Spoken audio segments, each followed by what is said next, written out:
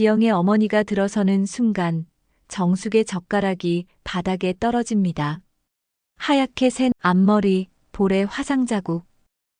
언니, 정숙의 목소리가 파르르 떨립니다. 저는 이선자입니다. 지영이 엄마예요. 목소리는 차분하지만 손끝이 미세하게 떨리고 있습니다. 오늘 사연 시작하기 전에 무료 버튼인 구독과 좋아요 부탁드립니다. 그러면 복이 찾아올 거예요. 새벽 5시 반, 전통시장의 셔터가 하나둘씩 올라가는 소리가 좁은 골목을 깨웁니다. 쇠붙이가 부딪히는 날카로운 소리와 함께 하루가 시작됩니다. 이정숙은 반찬가게 문을 열고 형광등을 켜며 깊게 숨을 들이마십니다. 예순이 된 그녀의 손놀림은 여전히 빠르고 정확합니다.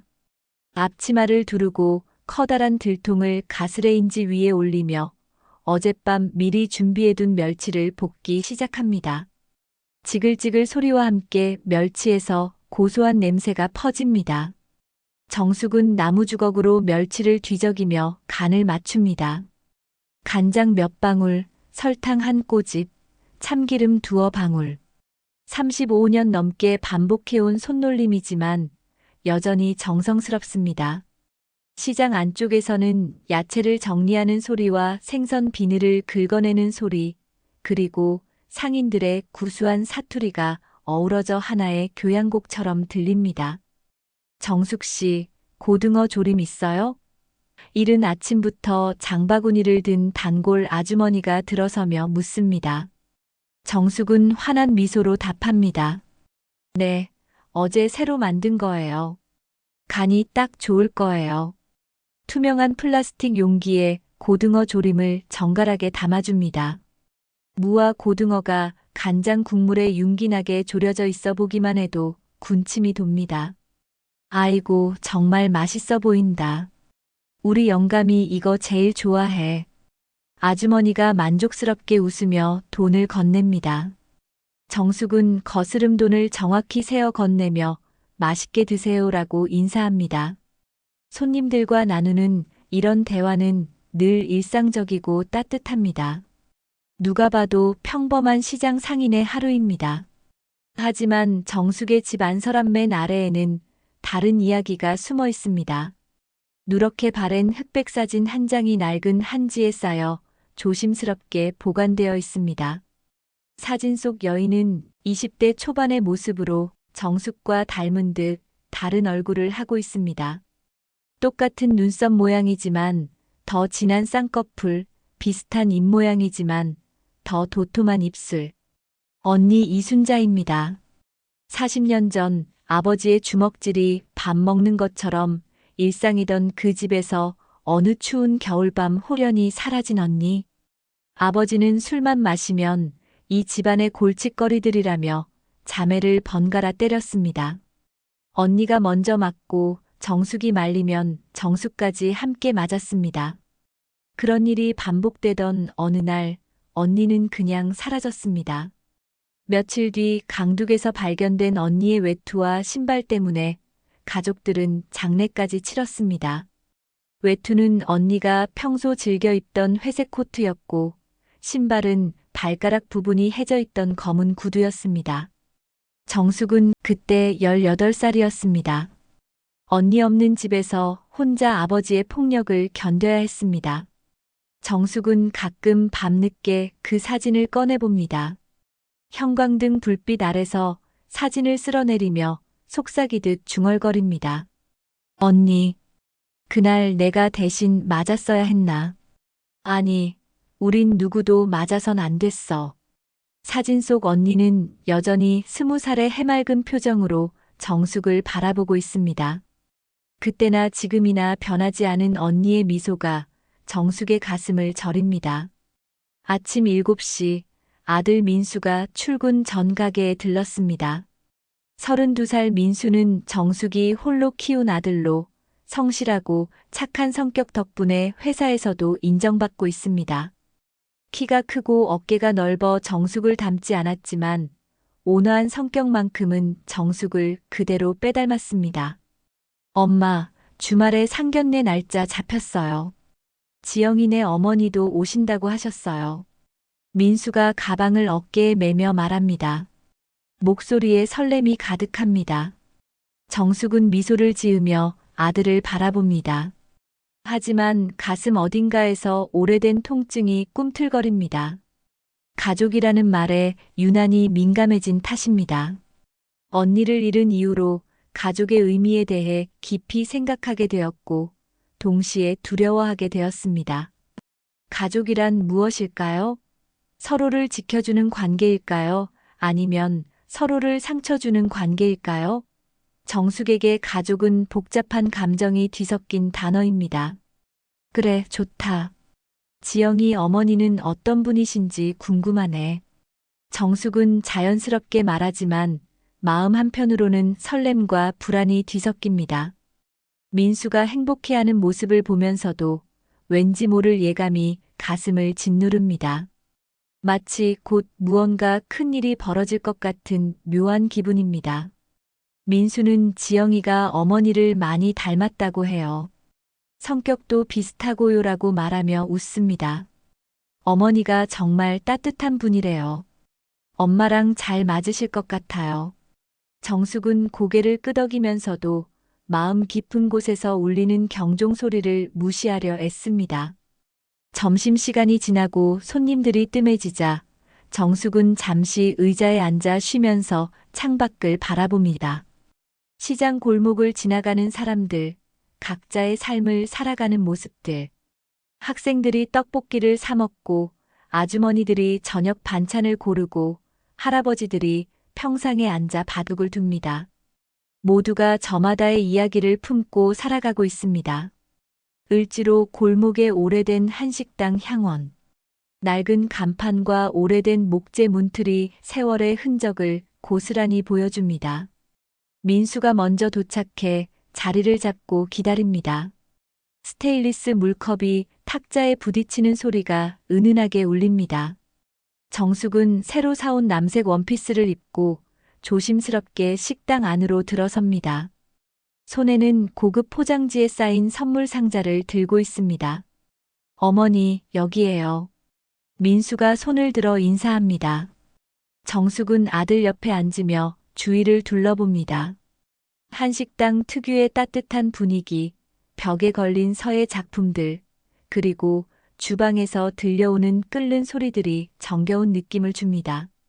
지영이네는 언제 오신다고 했지? 정숙이 물어봅니다. 곧 오실 거예요. 아, 저기 오시는 것 같아요. 민수가 입구 쪽을 바라보며 일어섭니다. 식당 문이 열리고 지영이 먼저 들어옵니다. 30살의 지영은 단정한 베이지색 블라우스에 검은색 치마를 입고 있습니다. 얼굴에는 수줍은 미소를 띠고 있습니다. 안녕하세요. 지영이 정숙에게 정중하게 인사합니다. 정숙은 일어서서 지영의 손을 잡으며 어머, 사진으로만 봤는데 정말 예쁘네요 라고 말합니다. 지영의 손이 따뜻하고 부드럽습니다. 정숙은 이 아이가 자신의 며느리가 될 거라는 생각에 마음이 따뜻해집니다. 그때 지영 뒤로 한 여인이 들어섭니다. 지영의 손을 꼭 잡고 선 여인이 자리에 앉는 순간 정숙의 눈동자가 흔들립니다. 시간이 멈춘 것 같습니다. 하얗게 센 앞머리, 볼에 옅게 남은 화상 자국, 그리고 무엇보다 그 눈매. 정숙의 입술이 파르르 떨립니다. 언니. 정숙의 목소리가 가늘게 떨립니다. 마치 유령을 본 것처럼 얼굴이 하얗게 질립니다. 주위의 모든 소리가 멀어지는 것 같습니다. 식당의 소란스러운 소음도, 주방에서 나는 조리 소리도 모두 사라지고 오직 그 여인의 얼굴만 선명하게 보입니다. 여인은 잠깐 멈칫하더니 곧 침착하게 표정을 다잡습니다. 저는 이선자입니다. 지영이 엄마예요. 목소리는 차분하지만 손끝이 미세하게 떨리고 있습니다. 정숙은 자세히 보지 않으면 놓칠 수 있는 그 떨림을 놓치지 않습니다. 40년 전 그 집에서 함께 자던 언니의 모습이 겹쳐집니다. 지영이 고개를 숙여 인사합니다. 어머니, 잘 부탁드립니다. 목소리가 맑고 예의가 바릅니다. 하지만 정숙은 지영의 인사를 제대로 듣지 못합니다. 오직 앞에 앉은 여인, 이선자라고 소개한 그 사람만 바라보고 있습니다. 정숙은 젓가락을 떨어뜨리고 말았습니다. 새 젓가락이 바닥에 떨어지는 쨍그랑 소리가 식당 안에 울립니다. 손등이 하얗게 질리도록 떨립니다. 민수가 걱정스럽게 엄마 하고 부르지만 정숙은 그저 물잔을 들어 물만 연거푸 들이킵니다. 목이 마르는 게 아니라 무언가 말을 해야 할 것 같은데 목소리가 나오지 않기 때문입니다. 어머니, 괜찮으세요? 지영이 걱정스럽게 묻습니다.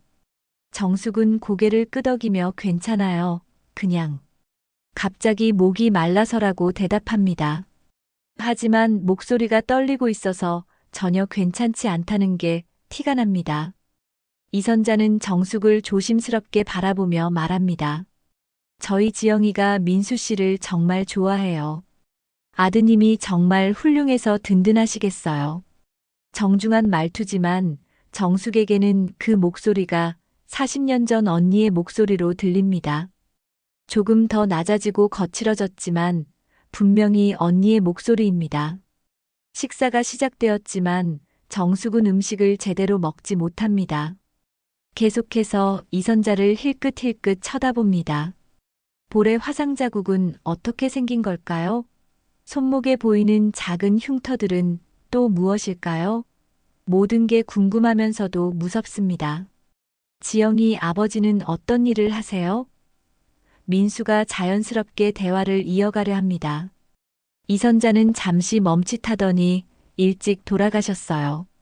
지영이를 혼자 키웠습니다라고 답합니다.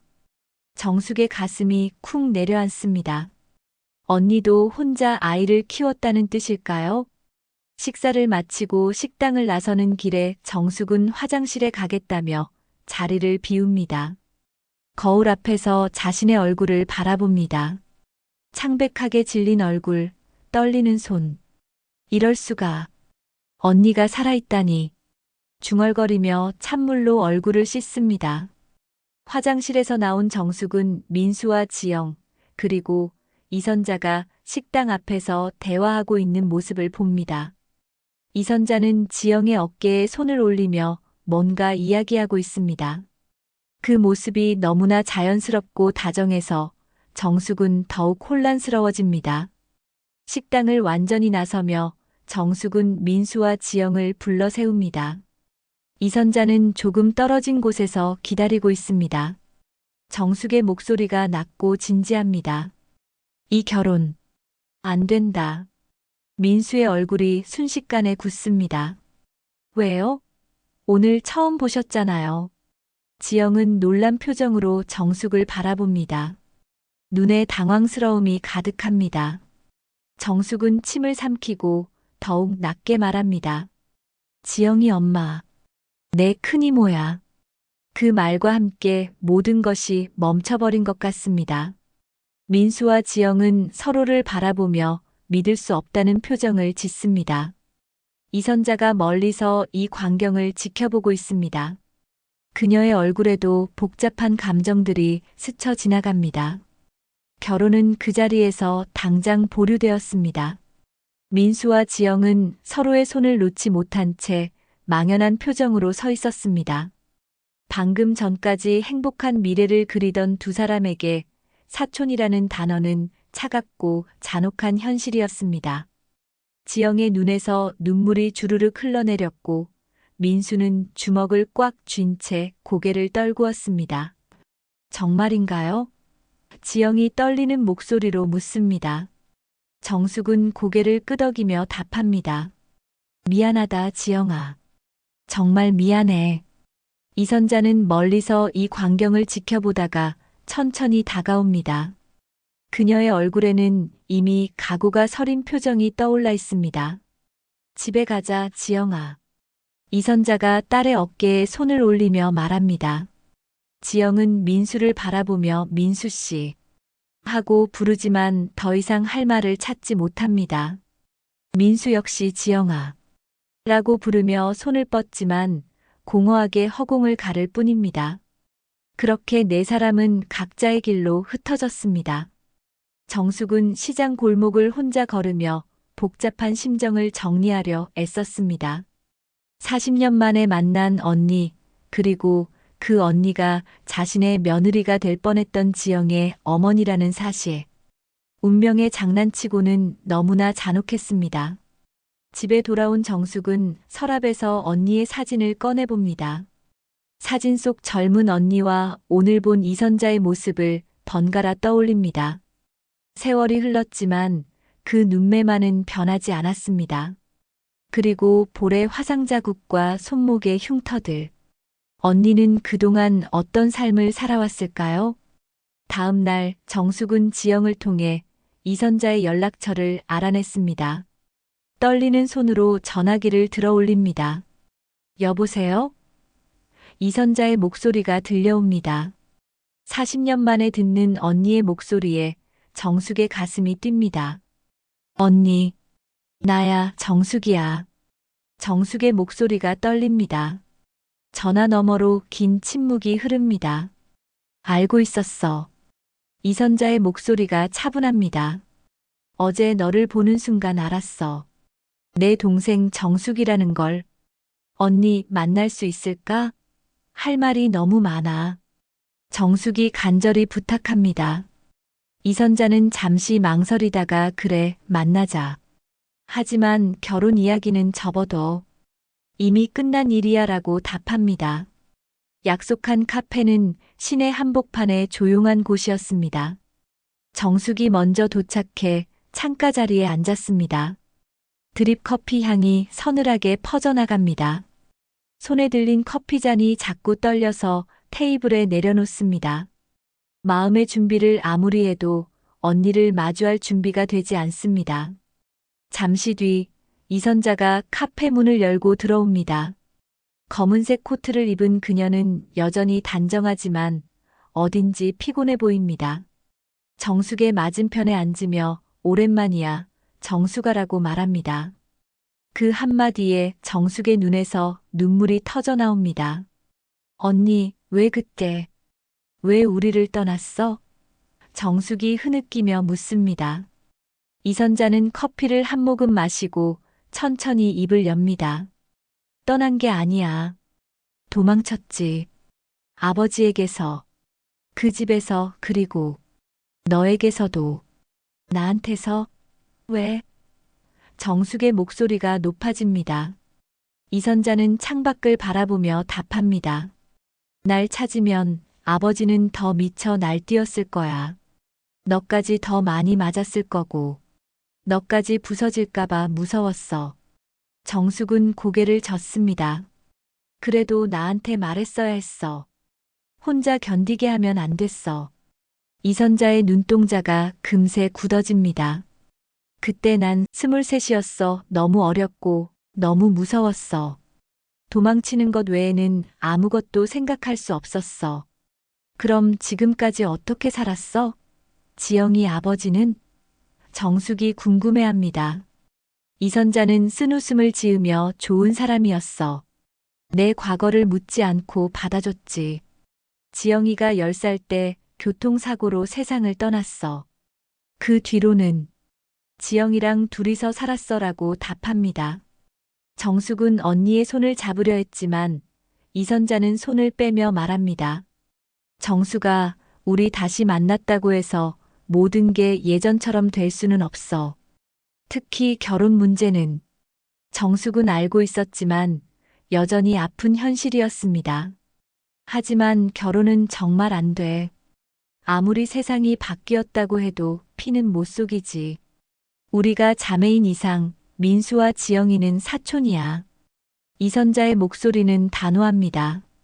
정숙도 고개를 끄덕입니다. 맞는 말이었습니다. 두 아이들이 너무 상처받을 것 같아서 마음이 아파. 정숙이 한숨을 쉽니다. 이선자도 같은 마음인지 지영이도 많이 울었어. 민수를 정말 좋아했거들라고 말합니다.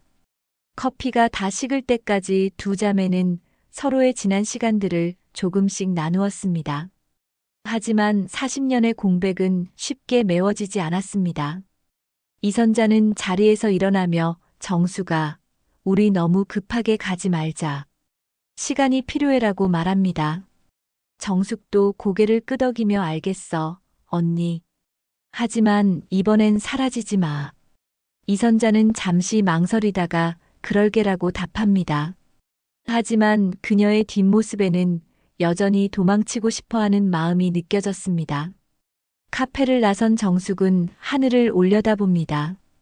구름이 잔뜩 끼어 있지만 언니를 다시 만났다는 기쁨과 두 아이의 결혼을 막아야 한다는 현실 사이에서 복잡한 감정이 교차합니다. 왜 지금이야? 왜 하필 우리 아이들이 서로 사랑하게 된 지금? 결혼이 무산된 지 사흘째, 민수는 회사에서 일에 집중할 수 없었습니다. 컴퓨터 화면만 멍하니 바라보고 있다가 동료가 부르면 그제야 정신을 차리곤 했습니다. 민수야, 괜찮냐? 요즘 너무 멍해 보이는데. 동료의 걱정스러운 목소리에도 민수는 괜찮습니다라고 대답할 뿐이었습니다. 퇴근길, 민수는 지영이 사는 원룸 앞에서 기다리고 있었습니다. 지영이 계단을 올라오는 소리를 들으며 일어섭니다. 민수 씨? 지영이 놀란 표정으로 민수를 바라봅니다. 며칠 사이 많이 야위어 보입니다. 눈가에는 울었던 흔적이 남아있고 평소보다 더 작아 보입니다. 지영아, 우리 이야기 좀 할까? 민수의 목소리도 힘이 없습니다. 지영은 고개를 끄덕이며 근처 공원으로 향합니다. 벤치에 나란히 앉은 두 사람 사이로 찬바람이 불어옵니다. 가로등이 하나둘씩 켜지기 시작하는 저녁 시간입니다. 민수야. 지영이 먼저 입을 엽니다. 우리 정말 안 되는 걸까? 목소리가 떨립니다. 민수는 지영의 손을 잡으려 했지만 망설이다가 그만둡니다. 이제는 그런 행동조차 금기인 것 같아서입니다. 모르겠어. 어머니 말씀이 맞다는 건 알겠는데. 민수가 한숨을 쉽니다. 사촌끼리 결혼하면 안 된다는 건 법적으로도 사회적으로도 맞는 말이야. 그런데 마음이 이해를 못하겠어. 지영의 눈에서 눈물이 흘러내립니다. 나도 그래. 머리로는 알겠는데 가슴이 너무 아파. 어제까지만 해도 우리 결혼 준비하고 있었잖아. 신혼집도 보러 다니고 예식장도 알아보고. 우리 도망칠까? 민수가 갑자기 말합니다. 다른 도시로 가서 아무도 모르게 살면 어째? 누가 우리가 사촌인지 알겠어? 그의 목소리에 절망감이 묻어 있습니다. 지영은 고개를 젓습니다. 민수 씨, 우린 사촌이야. 도망친다고 해서 그 사실이 변하지 않아. 지영의 목소리는 슬프지만 단호합니다. 그리고 우리가 도망치면 어머니들은 어떻게 해? 다시 만난 자매인데 우리 때문에 또 멀어지게 할 수는 없어. 민수는 벤치 등받이에 기대며 하늘을 바라봅니다. 그럼 사랑은 어떻게 해? 이 마음은 어떻게 하라고? 지영도 같은 하늘을 바라보며 사랑이 다 해결해주지 않아. 적어도 우린 더 어른이어야 해라고 말합니다. 두 사람은 한동안 말없이 앉아 있었습니다. 공원을 지나가는 연인들, 산책하는 가족들을 보며 자신들이 가질 수 없는 평범한 행복을 부러워했습니다. 민수 씨, 우리 이제 정말 그만해야 할까? 지영이 떨리는 목소리로 묻습니다.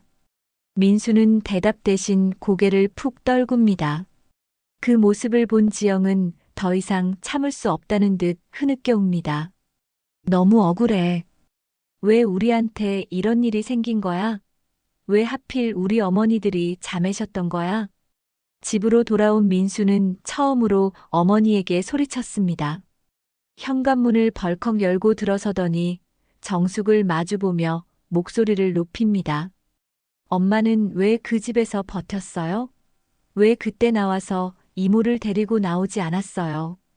정숙은 깜짝 놀라며 민수를 바라봅니다.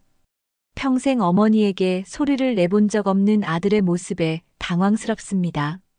민수야, 왜 갑자기? 답해주세요. 민수가 더욱 큰 소리로 외칩니다. 왜 그때 아무것도 하지 않았어요? 정숙은 벽에 손을 짚고 숨을 몰아쉽니다. 그때는 그런 세상이 아니었어. 여자가 집을 나가면 도망년이라고 손가락질 받았고 경찰에 신고해도 돌아오는 건 또 주먹이었어. 그녀의 목소리가 떨립니다. 그래도 뭔가 할 수 있었잖아요. 그냥 맞고만 살 게 아니라. 민수의 눈에서 눈물이 흘러내립니다. 정숙은 아들의 모습을 보며 가슴이 찢어집니다. 난 하루하루 버티는 게 전부였어. 내가 태어나고 나서야 힘이 생겼어. 너를 지켜야 한다는 생각으로 살아왔어. 그럼 지금은 어떻게 해요? 지영이와 헤어져야 해요? 민수가 주저앉으며 묻습니다. 정숙은 아들 옆에 앉으며 그의 어깨에 손을 올립니다. 미안하다, 민수야. 정말 미안해. 엄마가 잘못 살아서 내가 이런 아픔을 겪게 했구나. 엄마 탓이 아니에요. 그런데 너무 힘들어요. 민수가 어머니 품에 안기며 웁니다.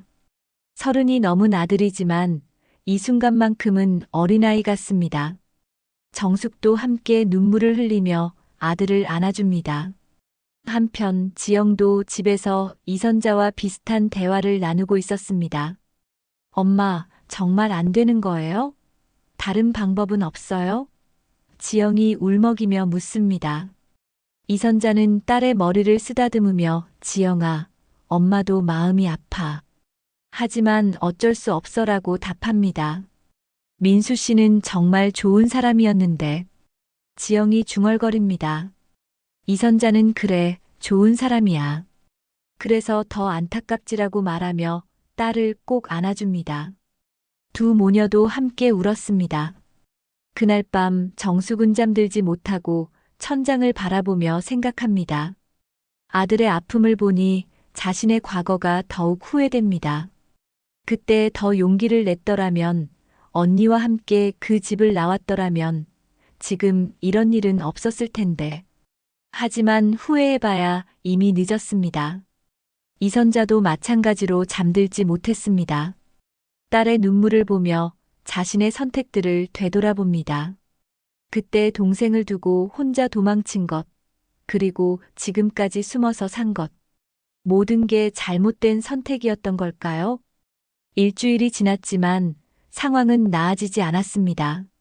민수는 회사에서 실수를 연발했고 상사로부터 주의를 받기도 했습니다.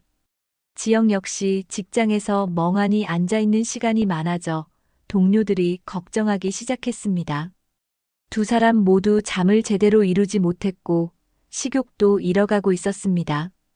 그날 저녁 민수는 또다시 지영의 원룸 앞에서 기다리고 있었습니다. 지영이 계단을 올라오는 발소리를 들으며 벽에 기대어 서 있다가 그녀가 나타나자 일어섭니다. 민수 씨, 또 왜? 지영의 목소리에는 피로가 묻어 있습니다.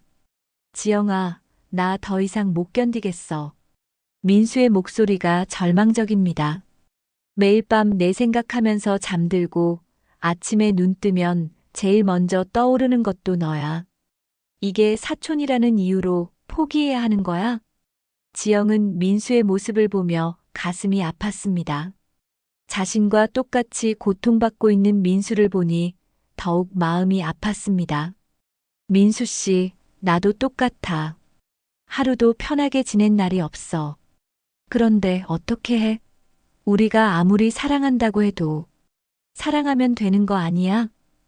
민수가 지영의 손을 잡습니다. 우리가 서로 사랑하는데 남들이 뭐라고 하든 상관없잖아. 지영은 민수의 손을 뿌리치지 못합니다. 너무 그리웠고 너무 보고 싶었기 때문입니다. 우리 진짜 도망가자, 지영아. 민수가 간절히 말합니다. 아무도 모르는 곳으로 가서 새로 시작하자. 다른 이름으로, 다른 사람으로. 지영의 마음이 흔들립니다. 한순간이라도 그 말이 달콤하게 들렸습니다. 정말 그럴 수 있을까? 지영이 떨리는 목소리로 묻습니다. 그럼 우리 어머니들은 40년 만에 다시 만난 자매인데 우리 때문에 또 멀어지게 할 수 있어? 민수는 잠시 말을 멈춥니다. 그것까지는 생각하지 못했습니다. 그래도 우리 인생이야. 우리가 행복할 권리가 있어. 민수가 고집을 부립니다.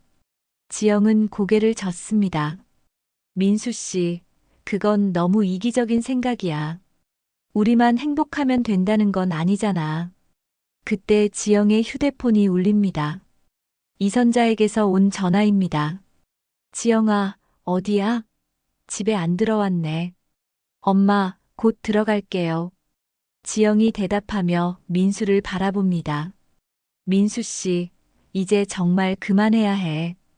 우리 더 이상 이런 식으로 만나면 안 돼. 싫어. 나는 포기 못해. 민수가 큰 소리로 외칩니다. 지영은 민수의 모습을 보며 더욱 슬퍼집니다. 이런 민수를 본 적이 없었습니다. 항상 차분하고 이성적이던 민수가 이렇게 감정적으로 변한 모습이 마음 아팠습니다. 민수 씨, 제발. 지영이 눈물을 흘리며 말합니다. 이렇게 하면 우리 둘 다 더 아파져. 깨끗하게 정리하자. 민수는 지영의 말에 더욱 절망합니다. 깨끗하게 정리라니. 어떻게 그런 말을 할 수 있어? 결국 지영은 민수를 뿌리치고 집으로 들어갑니다. 민수는 그 자리에서 한참을 서 있다가 발걸음을 돌립니다. 집으로 돌아가는 길에 소주 한 병을 사서 공원에 앉아 혼자 마십니다. 술이 들어가니 더욱 감정이 북받쳐 올랐습니다. 집에 들어온 민수는 소주 냄새를 풍기며 정숙 앞에 앉습니다. 엄마. 정숙은 아들의 상태를 보고 놀랍니다. 민수야, 술 마셨구나. 네, 마셨어요. 많이 마셨어요. 민수의 목소리가 흐립니다. 엄마, 정말 궁금한 게 있어요. 민수가 정숙을 바라봅니다. 그때 할아버지가 때렸을 때 정말 아무것도 할 수 없었어요?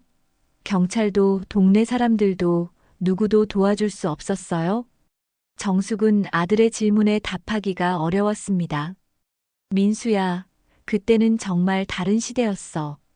지금처럼 가정폭력에 대한 인식도 없었고, 여자들이 목소리를 낼 수 있는 시대도 아니었어. 그래도 엄마는 살아남았잖아요. 민수가 말합니다. 그런데 이모는 왜 도망가야 했어요? 왜 가족을 버리고 가야 했어요? 정숙은 대답할 말을 찾지 못합니다. 만약에 그때 이모가 도망가지 않았다면, 민수의 목소리가 점점 커집니다. 만약에 엄마와 이모가 함께 그 집을 나왔다면 지금 이런 일은 없었을 거잖아요. 지영이와 나는 남이었을 거잖아요. 정숙은 아들의 말에 가슴이 철렁 내려앉습니다. 맞는 말이었기 때문입니다. 그때 다른 선택을 했다면 지금의 아픔은 없었을 것입니다. 민수야. 정숙이 아들을 달래려 하지만 민수는 계속 말을 이어갑니다. 엄마들의 과거 때문에 우리가 희생당하는 거예요. 우리 잘못도 아닌데, 우리 사랑이 잘못된 것도 아닌데, 어른들의 실수 때문에 우리가 포기해야 하는 거예요. 민수가 눈물을 흘리며 말합니다. 그때 정숙의 휴대폰이 울립니다. 이선자에게서 온 전화입니다. 정수가 지영이가 집에 들어와서 계속 울고 있어. 민수는 어째? 정숙은 민수를 바라보며 우리 민수도 힘들어 해요라고 답합니다. 우리가 만나서 이야기해야겠어. 이 상황을 더 이상 방치할 수는 없어. 이선자의 목소리에 결의가 서려 있습니다. 정숙도 동의합니다. 그래요, 만나서 얘기해요. 전화를 끊은 후 정숙은 민수를 바라봅니다. 민수야, 엄마가 해결해 볼게. 조금만 더 참아줘. 하지만 민수는 이미 지쳐 있었습니다. 엄마, 해결이 되나요? 우리가 사촌이라는 사실이 바뀌나요? 그날 밤, 네 사람 모두 잠들지 못했습니다. 각자의 방에서 각자의 아픔을 사귀며 새벽을 맞이했습니다. 이 상황이 언제까지 계속될지, 어떻게 해결될지 아무도 알 수 없었습니다. 단지 네 사람 모두가 상처받고 있다는 것만 분명했습니다. 이튿날 오후 정숙은 집 정리를 하다가 오래된 미싱을 발견했습니다. 민수가 어렸을 때 옷을 만들어주던 그 미싱이 창고에 먼지를 뒤집어 쓴 채 있었습니다. 혹시 아직 돌아갈까 싶어 전원을 켜보니 작동하지 않았습니다. 수리를 해볼까 하고 미싱을 분해하기 시작했습니다. 미싱의 옆면 나사를 풀고 덮개를 여는 순간 정숙의 손이 멈췄습니다. 기계 속 깊숙한 곳에 작은 봉투 하나가 끼어 있었습니다. 낡은 천으로 여러 번 감싸져 있는 봉투를 조심스럽게 꺼냅니다. 손으로 만져보니 그 안에 종이가 들어있는 것 같았습니다. 천을 풀어보니 편지 한 장이 나왔습니다. 누렇게 바랜 편지지에 볼펜으로 쓴 글씨가 희미하게 남아 있었습니다. 정숙은 안경을 쓰고 편지를 읽기 시작했습니다. 첫 줄을 보는 순간 가슴이 뛰기 시작했습니다. 정숙아, 이 편지를 내가 읽을지 모르겠지만 그래도 써둔다. 내가 떠나는 건 너 때문이 아니다. 너 때문에 버텼다. 하지만 오늘 밤 아버지가 너에게까지 손을 뻗치려 했다. 내가 말렸지만 다음에는 막을 수 없을 것 같다. 정숙의 손이 떨리기 시작했습니다. 계속해서 편지를 읽어 내려갑니다. 내가 맞고 내가 대신 사라질게. 너는 절대 나처럼 살지 마라. 사랑이라는 이름으로 폭력을 참지 마라. 아버지가 가족이니까 너희를 위해서라고 말하지만 그건 거짓말이다. 진짜 사랑은 때리지 않는다. 정숙아, 너는 나보다 강하다. 나는 도망치지만 너는 살아남을 거다. 미안하다. 순자. 편지 뒷면에는 또 다른 글이 있었습니다. 만약 내가 죽지 않고 살아있다면 언젠가 너를 찾을 거다. 그때까지 행복하게 살아라. 내가 웃는 모습을 다시 보고 싶다. 정숙은 편지를 읽으며 눈물을 흘렸습니다. 글씨가 떨려 있어서 언니가 얼마나 두려워했는지 생생하게 느껴졌습니다. 편지를 가슴에 꼭 안으며 중얼거립니다. 언니, 언니가 나를 지켰구나. 그날까지 정숙은 언니가 자신을 버리고 떠났다고 생각했습니다. 혼자 남겨진 것에 대한 원망도 있었고, 언니가 이기적이었다고 생각하기도 했습니다. 하지만 편지를 읽고 나니 모든 것이 달라 보였습니다. 언니는 정숙을 지키기 위해 떠난 것이었습니다. 아버지의 폭력이 정숙에게까지 향하는 것을 막기 위해 자신이 희생양이 된 것이었습니다. 삶을 붙잡는 방식은 사람마다 다르다는 것을 깨달았습니다. 누군가는 떠남으로, 누군가는 버팀으로. 정숙은 편지를 다시 한번 읽으며 언니의 마음을 이해하려 노력했습니다. 그때 언니는 23, 정숙은 18이었습니다. 어린 동생을 보호하기 위해 언니가 선택할 수 있는 최선의 방법이 떠나는 것이었을 수도 있습니다. 내가 언니를 원망했구나. 정숙이 자책하며 말합니다. 언니는 나를 지키려 했는데 나는 그걸 몰랐어. 눈물이 멈추지 않았습니다. 40년 동안 품고 있던 원망과 그리움이 한꺼번에 터져 나왔습니다. 정숙은 다시 편지를 읽으며 언니의 마지막 말을 되새겼습니다. 사랑이라는 이름으로 폭력을 참지 마라. 언니가 떠나면서까지 남기고 싶었던 메시지였습니다. 정숙은 그 말의 의미를 이제 깨달았습니다. 아버지는 늘 가족이니까 너희를 위해서라고 말하며 폭력을 정당화했습니다. 하지만 언니는 그것이 거짓이라는 것을 알고 있었습니다. 진짜 사랑은 상대방을 해치지 않는다는 것을 말입니다. 정숙은 편지를 조심스럽게 접어 가슴 주머니에 넣었습니다. 그리고 의자에서 일어나며 결심을 굳혔습니다. 이제 내가 할 일은 두 아이의 상처를 덜어주는 것. 그리고 또 하나. 언니를 미워하던 나 자신을 용서하는 것. 그날 저녁 정숙은 민수와 함께 저녁을 먹으며 조심스럽게 말을 꺼냈습니다. 민수야, 엄마가 이모에 대해 오해하고 있었던 것 같아. 민수가 고개를 들어 정숙을 바라봅니다. 오늘 이모가 남긴 편지를 찾았어. 정숙이 편지를 꺼내 보여줍니다. 민수는 편지를 읽으며 표정이 점점 진지해집니다. 편지를 다 읽고 나서 민수가 말합니다. 이모가 엄마를 지키려고 떠난 거였네요. 그래.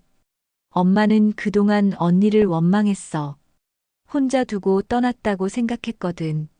하지만 언니는 나를 보호하려고 그런 선택을 한 거였어. 정숙의 목소리에 후회가 묻어 있습니다. 그럼 지금 어떻게 해야 해요? 민수가 묻습니다. 정숙은 민수의 손을 잡으며 말합니다. 먼저 엄마가 언니에게 사과해야겠어. 그리고 우리가 다시 가족이 되는 방법을 찾아봐야지. 지영이와 저는요? 민수의 목소리가 조심스럽습니다. 정숙은 한숨을 쉬며 답합니다. 그건 아직 모르겠어. 하지만 너희 둘이 상처받지 않는 방법을 찾아볼게. 그날 밤 정숙은 이선자에게 전화를 걸었습니다. 언니, 내일 만날 수 있을까? 할 말이 있어. 이선자는 무슨 일이야? 라고 묻습니다. 편지를 찾았어. 언니가 떠나기 전에 남긴 편지. 전화 너머로 긴 침묵이 흘렀습니다. 그 편지를 찾았구나. 이선자의 목소리가 떨립니다. 언니, 미안해. 그동안 언니를 오해했어. 정숙이 눈물을 흘리며 말합니다. 괜찮아, 정숙아. 나도 미안해. 더 좋은 방법이 있었을 텐데. 이선자도 울고 있는 것 같습니다. 내일 만나서 이야기하자. 이제 정말로 솔직하게. 전화를 끊고 정숙은 창밖을 바라봅니다. 40년 만에 언니의 진짜 마음을 알게 되었습니다. 이제 정말로 새로운 시작을 할 수 있을 것 같습니다. 무엇보다 두 아이들을 위해서라도 방법을 찾아야 합니다. 다음 날 저녁, 포장마차 빨간 등 아래 두 자매가 마주 앉았습니다. 정숙이 먼저 도착해 막걸리 한 주전자를 시켜놓고 기다리고 있었습니다. 이선자가 들어서자 정숙은 일어서서 언니를 맞이합니다. 두 사람의 얼굴에는 40년간 쌓인 시간의 무게가 고스란히 드러나 있었습니다. 언니. 정숙이 먼저 입을 엽니다. 이선자는 정숙 맞은편에 앉으며 고개를 끄덕입니다. 포장마차 안은 다른 손님들의 대화 소리와 어묵 끓는 소리로 시끌벅적하지만 두 자매 사이에는 묘한 긴장감이 흐르고 있었습니다. 정숙이 막걸리를 따라 건네며 말합니다. 언니 편지 봤어. 이제 알겠어. 언니가 나를 살렸다는 걸. 잔을 받아든 이선자가 쓴웃음을 짓습니다. 살리긴 뭘. 나는 그냥 더 맞기 싫었어. 그리고 너까지 맞는 걸 볼 수 없었고. 그래도 결국 우릴 지킨 건 언니의 떠남이었어. 정숙이 막걸리를 한 모금 마시며 계속 말합니다. 편지에서 말한 그날 밤. 아버지가 나한테 손을 뻗치려 했다고 했지? 나는 기억 안 나는데. 이선자의 얼굴이 어두워집니다. 너는 잠들어 있었어. 아버지가 술에 취해서 내 방으로 들어가려고 했어. 내가 막았지. 그날 밤이 마지막이었어. 더 이상은 안 된다고 생각했어. 목소리가 떨립니다. 정숙은 잔을 내려놓고 언니의 손을 바라봅니다. 여전히 상처 자국들이 남아 있습니다. 언니가 얼마나 무서웠을지. 미안해. 그동안 언니를 원망했어. 이선자는 고개를 젓습니다. 원망해도 돼. 나도 나 자신을 원망했으니까. 그때 다른 방법은 정말 없었을까? 정숙이 묻습니다. 이선자는 창밖을 바라보며 대답합니다. 있었을지도 모르겠어. 하지만 그때의 나는 23살이었고 너무 어렸고 너무 무서웠어. 도망치는 것 외에는 아무것도 생각할 수 없었어. 잠시 침묵이 흐릅니다. 왼편에서 어묵 국물이 팔팔 끓는 소리가 들립니다. 정숙이 먼저 다시 입을 엽니다. 언니는 그 후에 어떻게 살았어? 지영이 아버지는 어떻게 만났고? 서울로 올라와서 공장에서 일했어. 거기서 지영이 아빠를 만났지. 이선자가 막걸리를 마시며 회상합니다.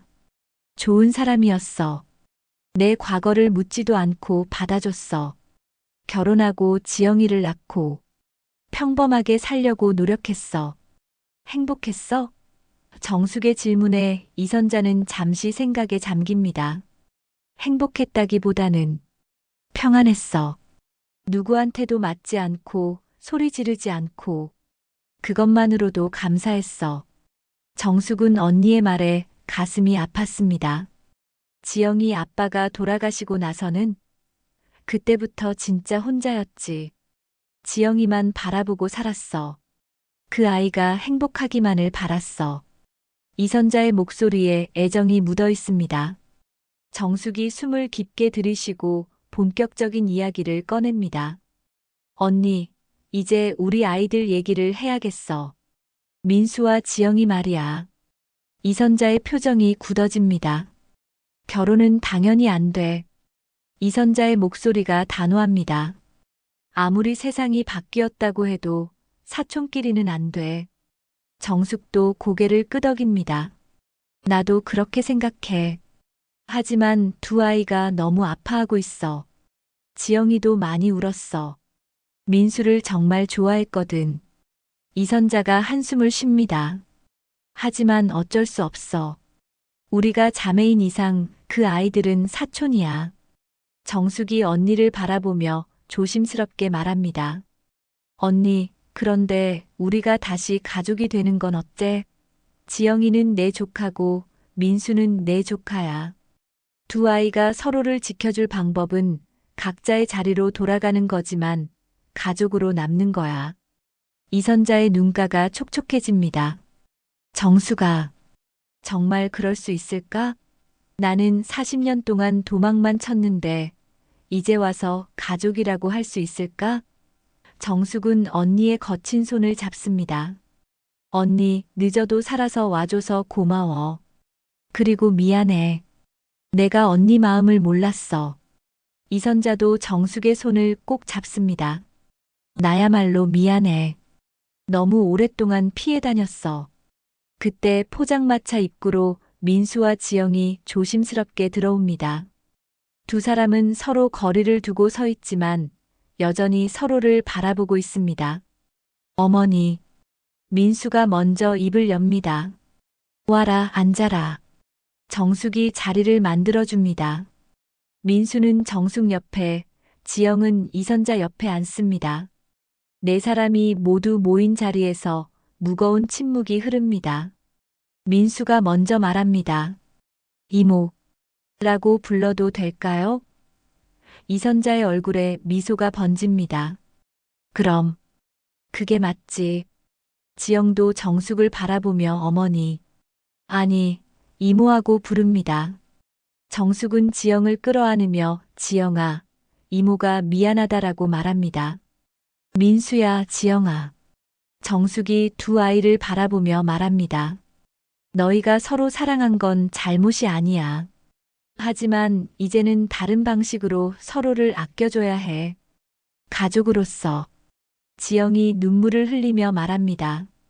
민수 씨, 우리 이제 정말 사촌이에요. 서로를 가족으로 아끼면서 각자의 길을 가야 해요. 민수도 고개를 끄덕이며 알겠어, 지영아.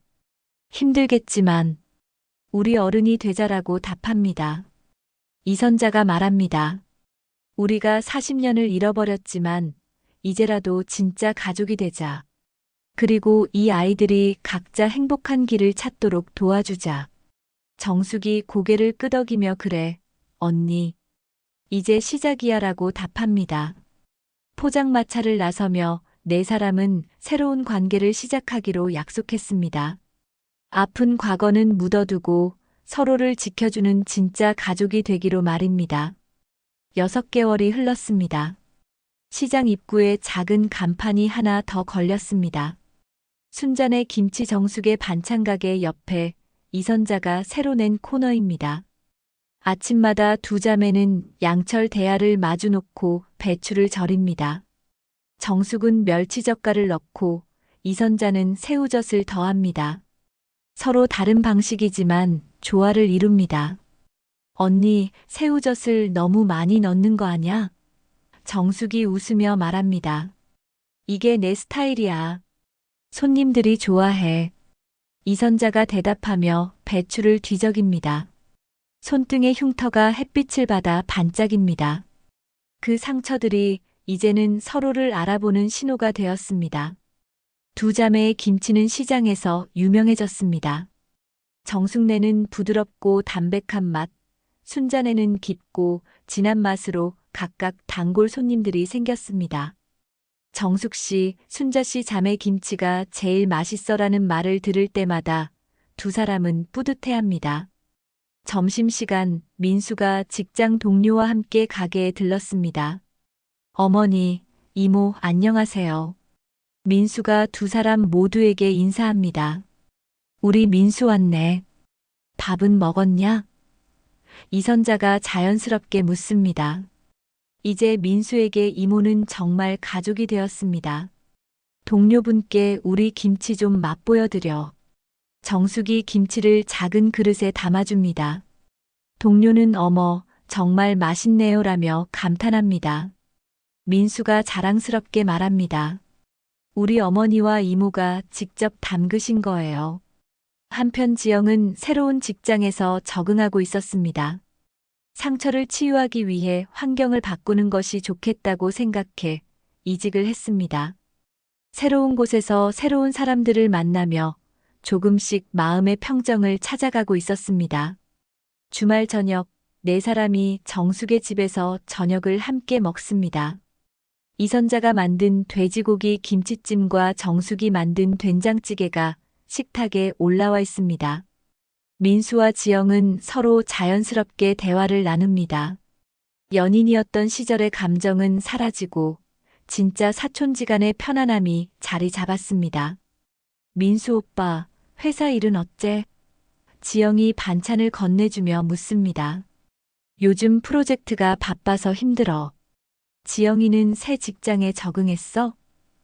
민수가 자연스럽게 답합니다. 두 사람의 대화를 보며 정숙과 이선자는 미소를 짓습니다. 지영아, 요즘 누구 좋아하는 사람 있냐? 정숙이 장난스럽게 묻습니다. 지영이 얼굴을 붉히며 이모, 왜 그런 걸 물어봐요라고 답합니다. 민수도 지영이가 좋은 사람 만났으면 좋겠다고 말합니다. 연인으로는 함께할 수 없지만 서로의 행복을 진심으로 바라는 관계가 되었습니다. 명절이 되면 네 사람은 함께 차례를 지냅니다. 이선자는 처음에 내가 낄 자리가 아니다라고 했지만 정숙이 언니도 이 집 식구야라고 설득했습니다. 제사상에는 민수 아버지와 지영 아버지의 사진도 나란히 올라갑니다. 어느 날 저녁 정숙은 가게 불을 끄며 언니의 편지를 떠올립니다. 사랑이라는 이름으로 폭력을 참지 마라. 그 말이 이제는 다른 의미로 다가옵니다. 진짜 사랑은 상대방을 존중하고 배려하는 것이라는 뜻이었습니다. 정숙은 가끔 가게 앞 평상에 앉은 동네 며느리들에게 말해줍니다. 맞으면 신고해. 도망쳐도 부끄럽지 않아.